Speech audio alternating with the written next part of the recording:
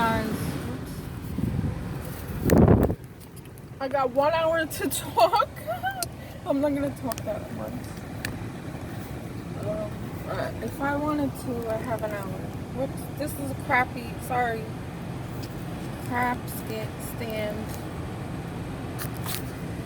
I really don't know how much these things have to cost for them to work properly. Okay, right. Tighten it on the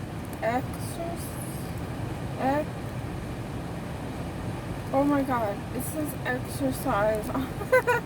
It says exercise. I just seen a license plate. Wait, are you there? Okay, so I just seen a license plate that says exercise. Like, I kid you not, it said exercise as the license plate. Like, really? Come on, man. I mean, maybe they're an instructor or exercise instructor, but that's just corny, okay? And kind of... You know what's real funny about it? Is that a guy on a bicycle just rolled past behind the car that said, the license plate said exercise. And it was kind of overweight, and it was kind of like insulting, I guess, and it is. So... People are so, like, they just want attention. It's attention toward people. Like, I could see if you put something clever on the license plate or cool, but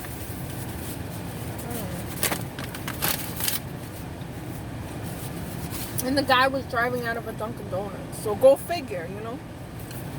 Makes no sense. Anyway, so I'm gonna go on now.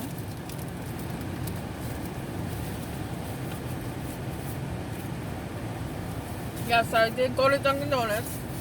It's not healthy, but I'm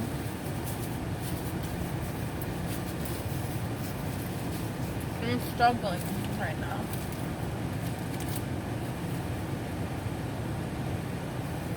How to go to the beach again.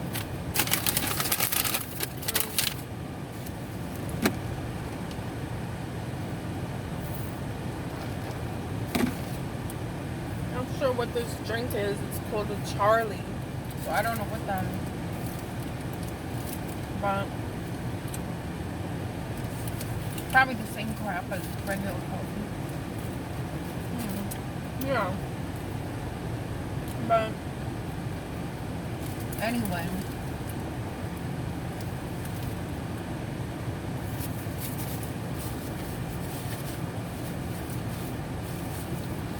what was I gonna say? Okay,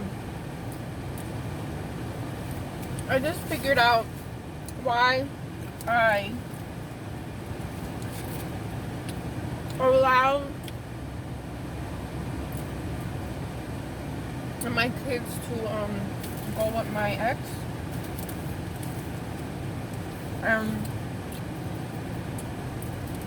The reason is why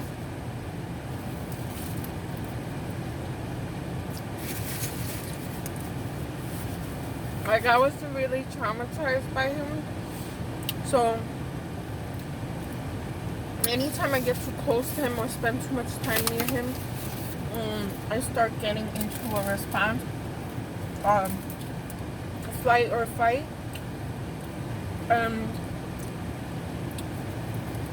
One of the responses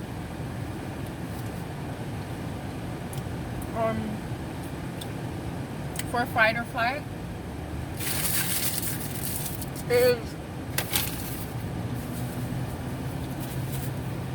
fawn, which is FAWN. I think that's also a deer or something. I don't know. Fawn, right? So it's flight, fight, freeze, fawn. I think that's it. There might be another one. Anyway, this is real accurate because this is what happened, right? So he came during a time, he just shows up. This guy just, every time that he comes around or, you know, has to do with something with the kids, it's like a sneak attack. And it's just whenever he shows up, right? So he just shows up. I'm on my way to work. Ugh. Yuck. That's full of sugar. Jesus, they put so much sugar. That's what gets us fat. You know that? Oh, okay, now I'm getting off track, but let me just mention that. If you buy coffee from outside, it's full of sugar. It's like, and if you get flavors, and the more flavors you get, it's more like an ice cream or a milkshake in the morning. It's not good for you. It's not healthy. But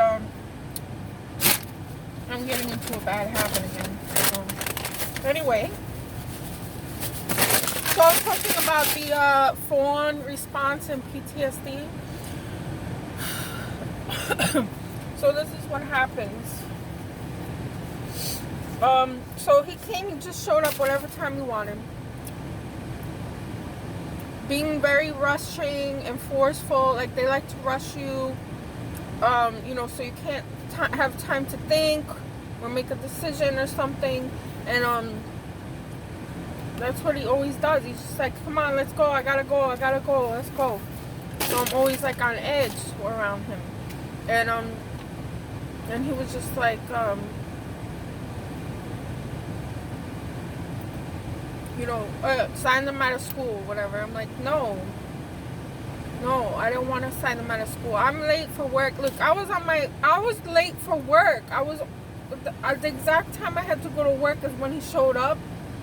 And, so he just kept pressuring me, and then we ended up going to the school.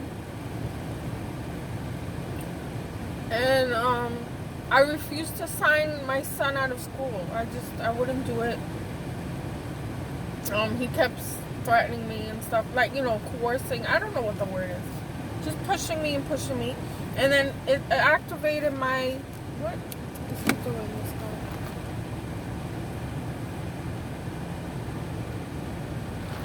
Taking pictures of Dunkin' Donuts. I have no idea. So anyway, So he kept like pressuring me and being like, hey, I gotta go, you know, I'm on a time thing.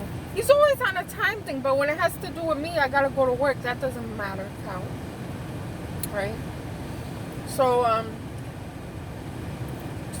he drove me to the school to take him out of the school, and I wouldn't sign it. They even came outside. The lady that's at the desk or something, I don't remember. You know, when things happen to me, sometimes I forget what's going on exactly. But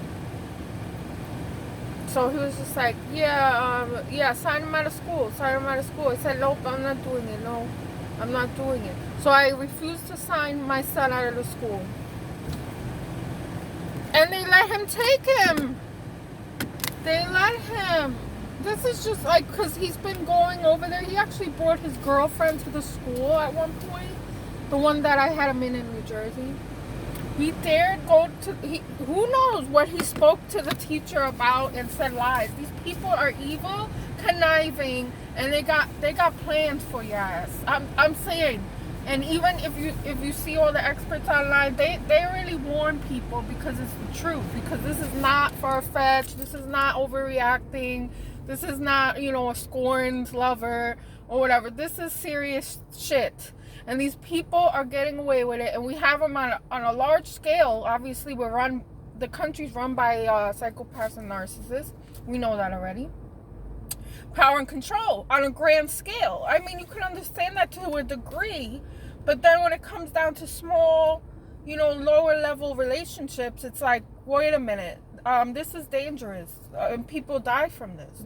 This is why we have crime. This is why we have murders go on. Because these people, they end up realizing they have to get rid of their threat that exposes them. And that's what they're afraid of, is being exposed for what they really are. Because then they have to come to justice or some kind of punishment. And they believe that the only people that should be punished is the victims, because the victims take on the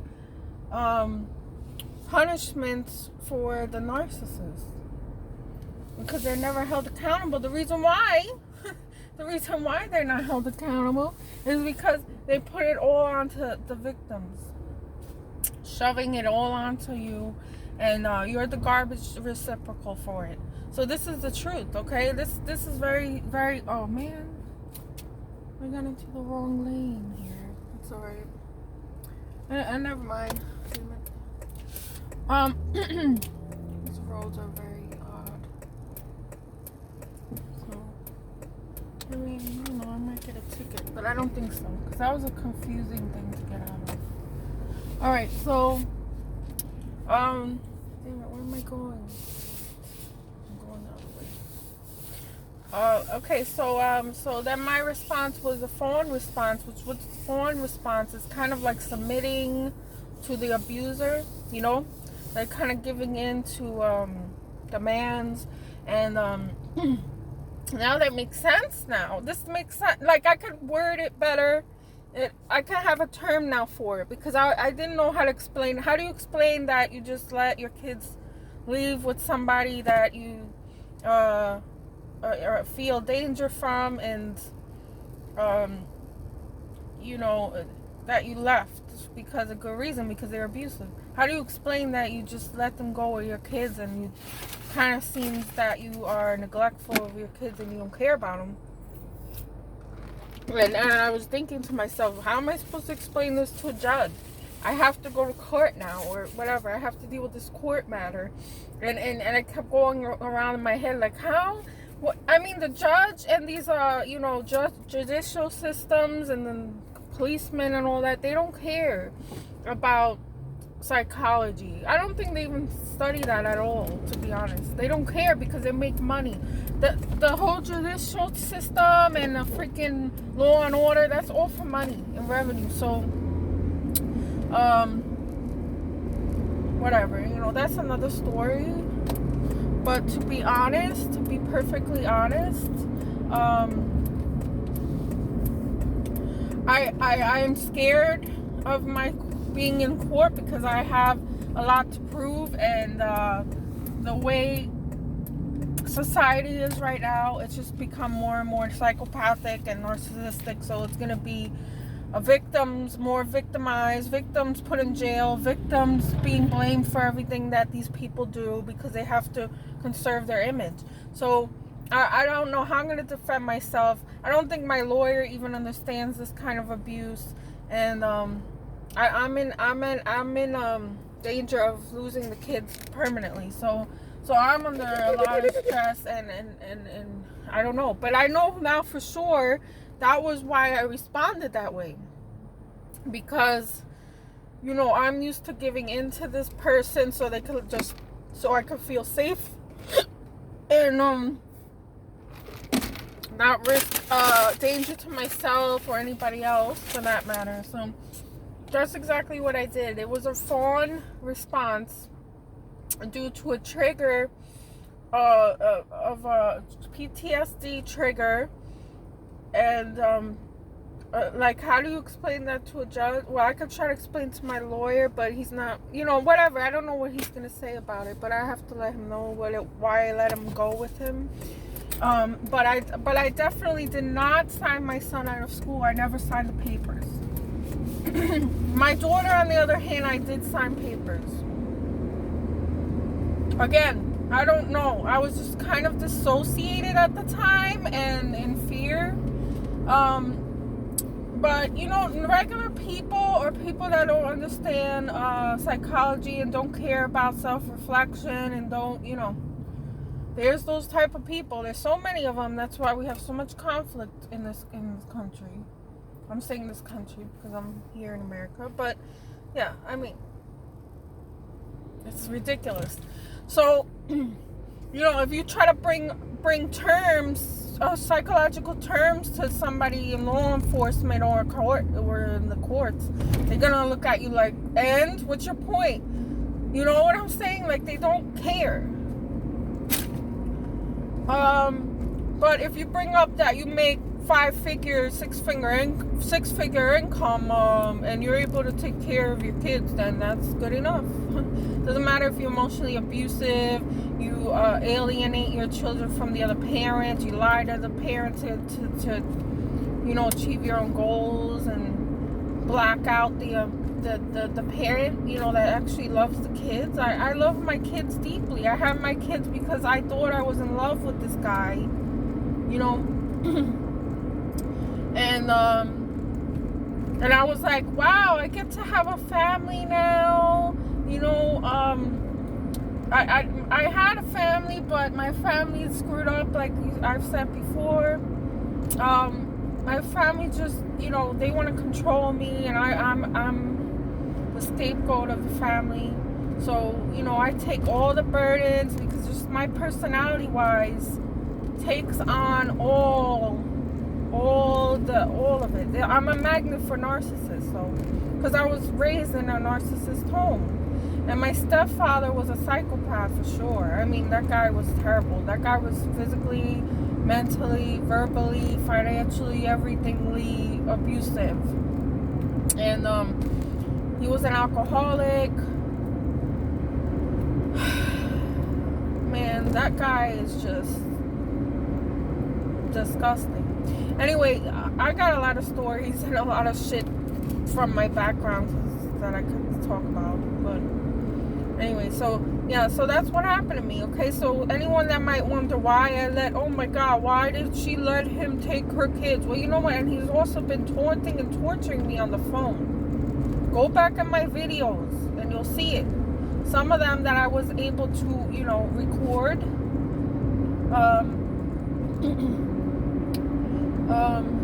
Please watch some of those videos, comment, like, share, and subscribe to my channel, because I'm really, passionate about getting my truth out, because I've been punished and physically abused for my truth, for saying my truth, because I've never been the kind to be like, oh, let's pretend everything never happened and let's just hide all our skeletons in the closet and just go on with life, because that destroys people, and it was destroying me, and I am very vocal with it, and that's why I guess I was pushed into the role of a scapegoat, because that's what I am, and I feel very deeply. I'm okay. The term empath or whatever, I don't actually believe anyone's a special kind of empath. I think that there's people that are more empathic than others, and it's just really how you were raised, where you came from, all that. It depends. So I don't know if there's a super empath and all that. I mean, that'd be nice. I mean, it kind of sounds like you have superpowers, but I don't know. I mean, I don't think they're superpowers. If it drains me of my energy and hurts me as a person, I don't think it's a good thing to have. Anyway, so I don't know. I'm empathic and I'm borderline. I don't know.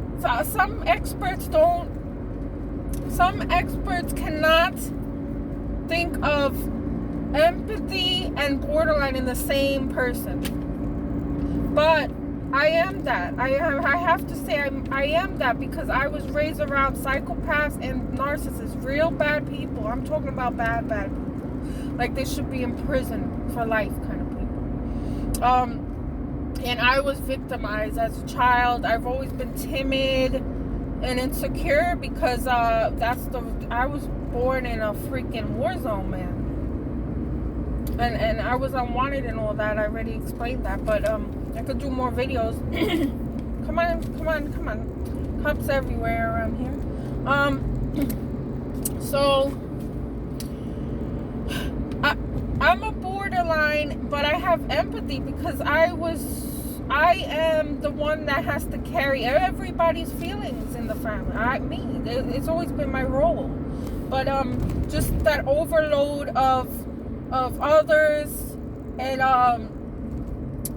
not getting my own needs met or my feelings validated, created this mixture. Oh geez, I'm in the wrong. Oh no, I'm not. Created a mixture of borderline and empathic. But there are times that I could be not as empathic. It depends on what the trigger is. That could happen. But I don't see myself as a person with no empathy. That's beyond the truth. All I want is to be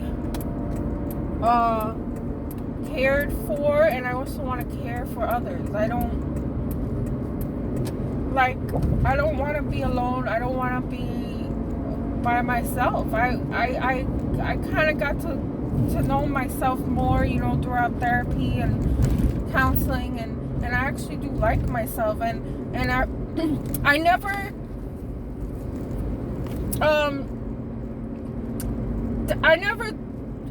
this is another thing, because all borderlines are not the same. That's a big thing to mention, because you could have a whole different type of borderline compared to the other, and it's just like, oh, but you're both borderlines. It's very complex, okay? This is complex stuff. So we're just learning about it. So I do mention it on some websites and through certain YouTubers, very popular YouTubers. I mention to them, please do not put me in the category of a narcissist, as a psychopath, because people are going to get the wrong idea about us. And borderlines, there's a more variety that you could be. Like, it depends on the criteria that if you put two borderlines in the same room, they're two different people, something like that. But MPD is more rigid. I don't know how to explain it, but more like most narcissists are going to be the same kind of thing. So the borderline is I have a lot of gifts, I think, because of that, because of my empathy part. I don't know if it's part of the borderline why I have these gifts and talents, but again, my family is from a musical background, and I'm also musician, which I'm not an established professional musician, no. So I would like to be. That's something I would like to do, because that's one of my dreams. Like, because I know who I am. The thing is, see, a lot of borderlines, they don't know who they are, and they might mimic other people, but that's not me. Like, I'm not like that. See, I know who I am. I know where I came from. I've always been interested in my background. I always wanted to learn more genealogy, like my ancestors, and that's how I found out that I'm related to the celebrities that I mentioned before, which I don't talk a lot about, because people might get offended, or because people think, oh, that can't be true. No, I don't think so. Just because, they can't believe someone that came from what I came from, garbage kind of like upbringing, that someone like me can be related to a higher caliber person, a very successful, wealthy person, or people for that matter. So I don't talk about it much, because I don't want to brag or make it seem unrealistic that I'm lying, because I'm not. But anyway, that's the point. That finding that out about myself was it increased my self-worth, or I don't know what it was, self-esteem, self-worth, something that I mean something to this world, that I'm not just a garbage person. And you know what I'm saying, like, people like to say that term, garbage person. I don't know. I have a purpose, because I've always wanted to be in that kind of industry, like musician and actress. I took 4 years of drama class in high school. Look, I was on my way, honestly, I was on my way to success. Listen, why is this person on the shoulder? Jesus. Anyway, I was on my way to success before, but I couldn't, because I was so traumatized in my childhood, and my parents and just people around me just never lifted me up, never validated me, never cared about my interest and talents or anything. I mean, I used to sing in my room all the time, and my mother would complain, I guess, and then I would have the music on high, and then my stepfather would just rip the stereo out of my room, and it was terrible. Like, there was so much envy there that you wouldn't believe. So, and I was always drawn to music, and I didn't know why. I mean, my dad sang while I was living with him while I was, till I was 11. Then my mom moved on, but, you know, I seen him singing, playing piano, but I did not know that how much of an extensive background I really had. And I was also drawn to acting because I was neglected a lot, and I watched a lot of TV. So I always like fantasize being in the sitcoms and things like that. Like, I love television, I love movies.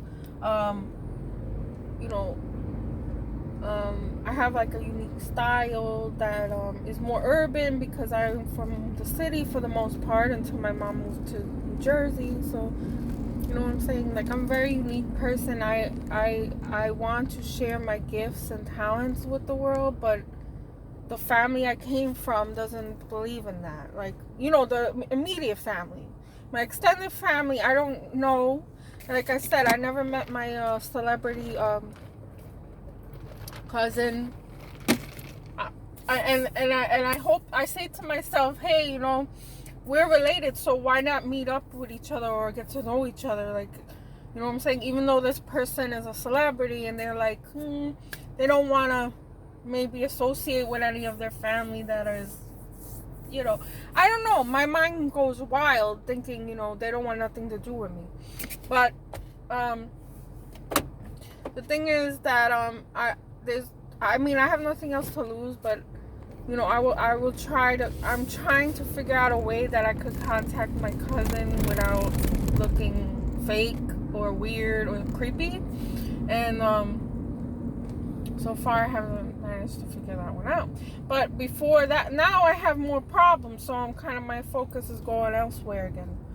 You know, like anyway, my point with saying all that is that I do have an identity. Jeez.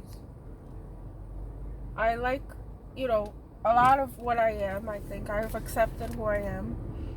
This is mainly the reason why I cut off my family, because they just want to be like in a box of some kind of weird what do you call, conform to roles, because I have to conform to this scapegoat role, which I can't handle anymore.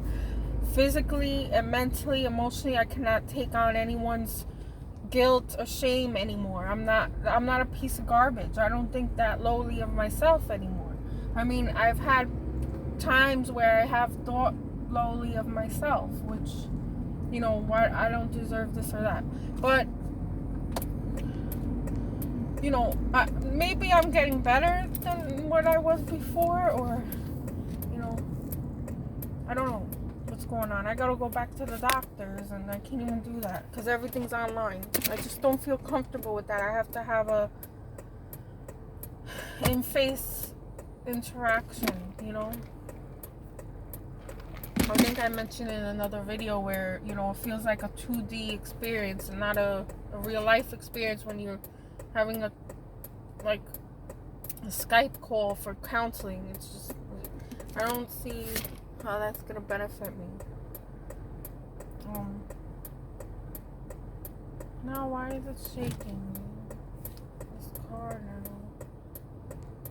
I gotta get my car checked after this holiday crap is over. People are just like, they don't even think that this, come on, the coronavirus is now doesn't exist according to most people. It's ridiculous how busy the restaurants are over here and crowded, man. I've never seen so many crowds in my life. I can't even imagine how California is, or, you know, New York, which I might go to New York. I don't know. But anyway, so I'm gonna just cut this short now because I'm at the beach, and I just wanted to mention about the fawn response and PTSD and how I have that. And it's a real thing. It's a real condition. And it causes these kinds of things to happen and occur in my life. And after it's all done, I have no way of fixing it. I have no way of... It's hard to explain when you're abused by a person, like you're completely controlled by them. And not a lot of people understand this. That's why I want to make videos so people could see what it's like to be a victim, a real victim. And the victims that die, they didn't make it, right? And we're the ones that survived, but yet we're still kind of dead inside, a lot of us. And it's hard to revive that. God, I have to go through these rocks. Okay. It's hard to revive that again, but I'm trying to do that. Alright, thank you guys for listening. Like, share, and subscribe. Please leave me a comment to encourage me to do more videos. And I hope everyone's doing okay and is staying safe, because we're still in a pandemic. And I hope everyone is okay. Thank you for listening. Bye.